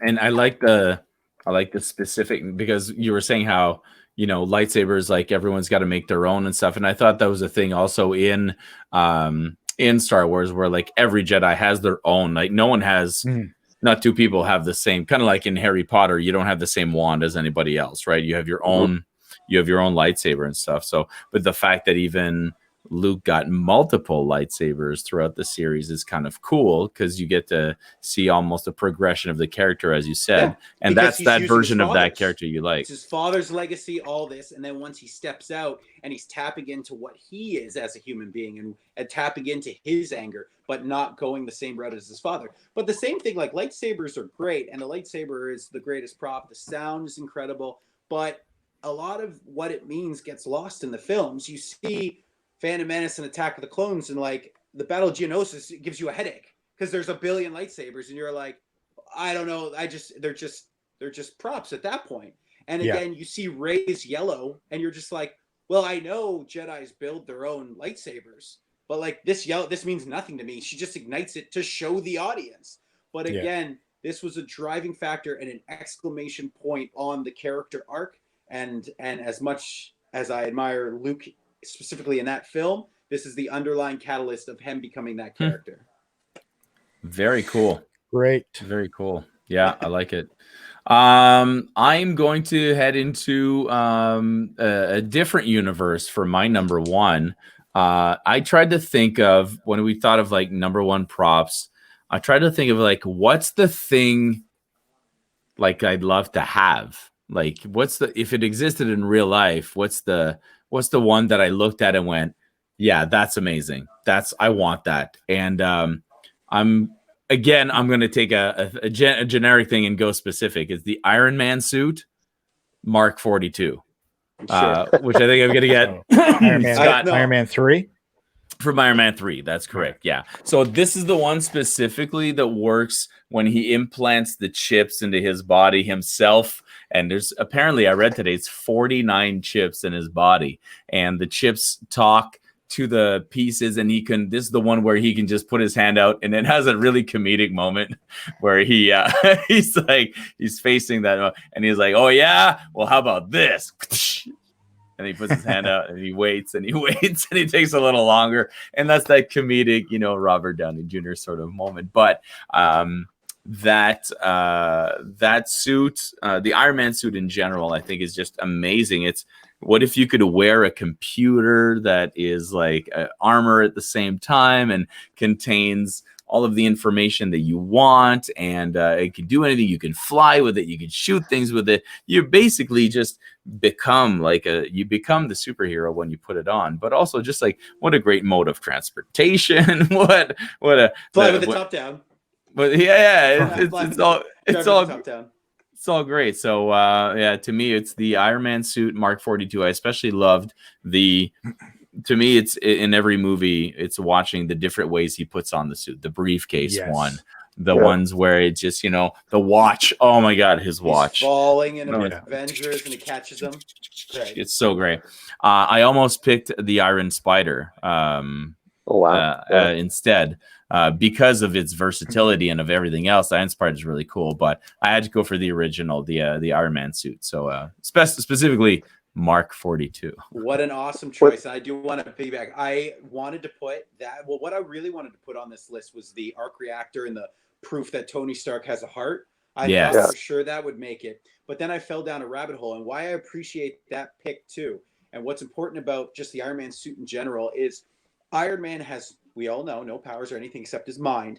And he goes toe-to-toe in Infinity War with Thanos to the point where he earns Thanos' respect and cuts him. It takes everything he has. But I watched that scene today, too, and it's just a great scene. All that for a drop of blood. But, yeah, he tells Tony Stark, you earned my respect. And, again, that's because Tony Stark used everything at his disposal that he built with the nanobite suit as well to step up to Thanos. Great. Yeah, it's great. I could watch a 2-hour movie of Tony Stark just working in his garage. And that's the whole movie. I love those scenes. But you got to have Dummy and you. You got to have Dummy and you there, though. Look at his two assistants. These are my Edith sunglasses. That's so funny because that's what I was going to start my Tony Stark Ediths. Well, when you're talking about it, when like he's constantly changing it, he's constantly upgrading it. To me, I like that too because he's never satisfied, right? Yeah. A lot of us would make the first Iron Man suit and be like, "Bam, I've done it. I've created the suit. That's it." But he doesn't. He keeps going, and he goes to the next one, and it's like he goes to the next one, because he's never satisfied with having that suit, right? It's always about getting to the next thing and the next biggest thing. That's great why he's on 42 in Iron Man 3 because he has PTSD from the Battle of New York, and they could have dove so much more into that. He has the panic attacks, but that's all he does. He says, I don't sleep, so I come down and I tinker. And that's where the Iron Legion comes from between Iron Man 3 and Age of Ultron. Genius. Yeah. Apparently, he even gets to the next movie. He's already at 53, Mark 53 for the next two. So it's like, he just keeps building, even though he blows them all up during that movie as well. So Iron Man. Mike, what do you got? Number one prop. Yeah, I knew it. I knew it. Right there on the arm, baby. Right there. Give people a moment to realize what it is. It's funny you were talking about wands in Harry Potter being specific to one wizard. like the lightsabers are specific, but this is a case where the wand is not specific to the wizard.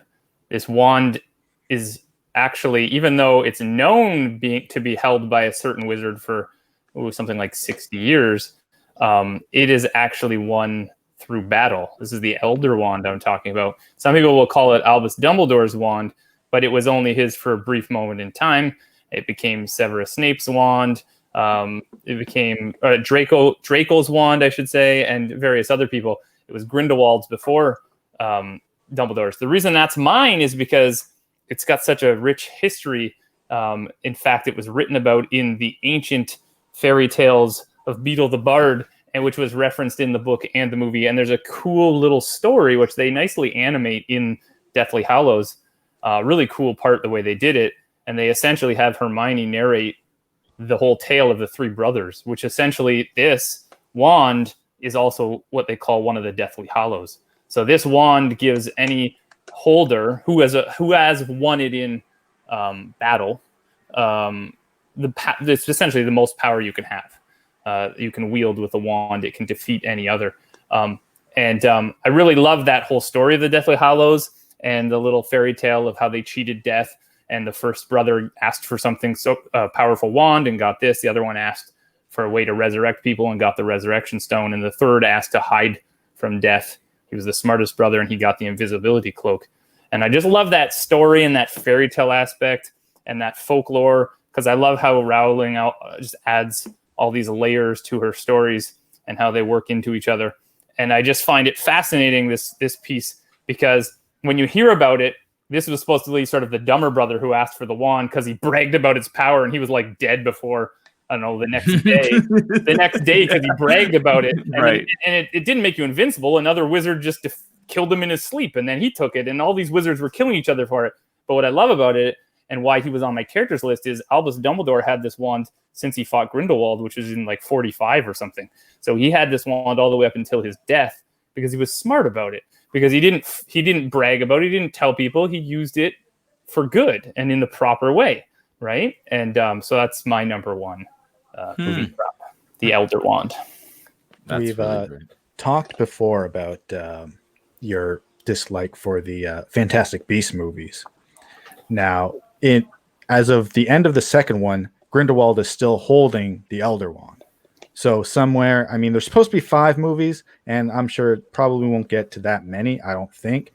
But we've yet to see the Dumbledore-Grindelwald duel in which he will receive that wand, and I am excited to see that. No matter, I mean, as good or as bad as those movies may be, that is yet to come. Yeah, in theory. To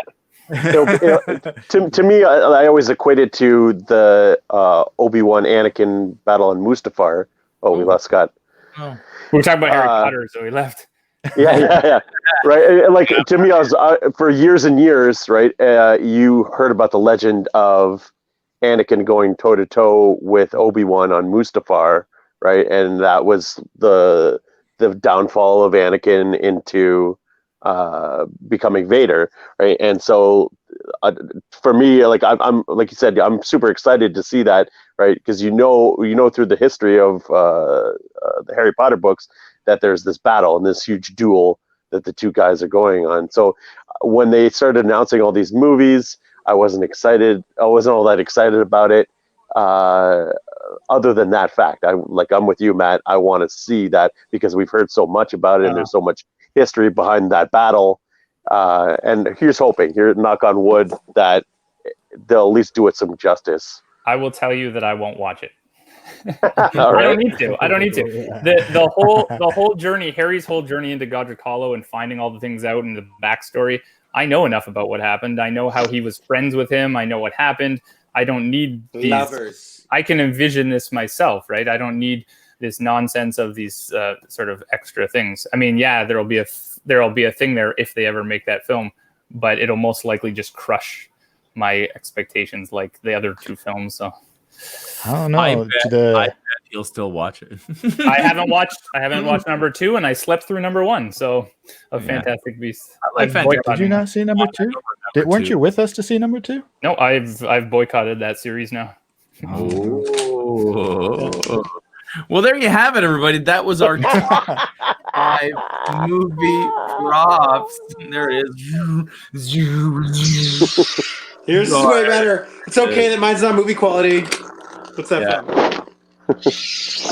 I don't have any of Oh, mine. where's that from? You should know, That it's means Chewbacca we are mask. on to our next topic, preparing for next week. If I'm not mistaken, it's me. It's yours. You. Mine.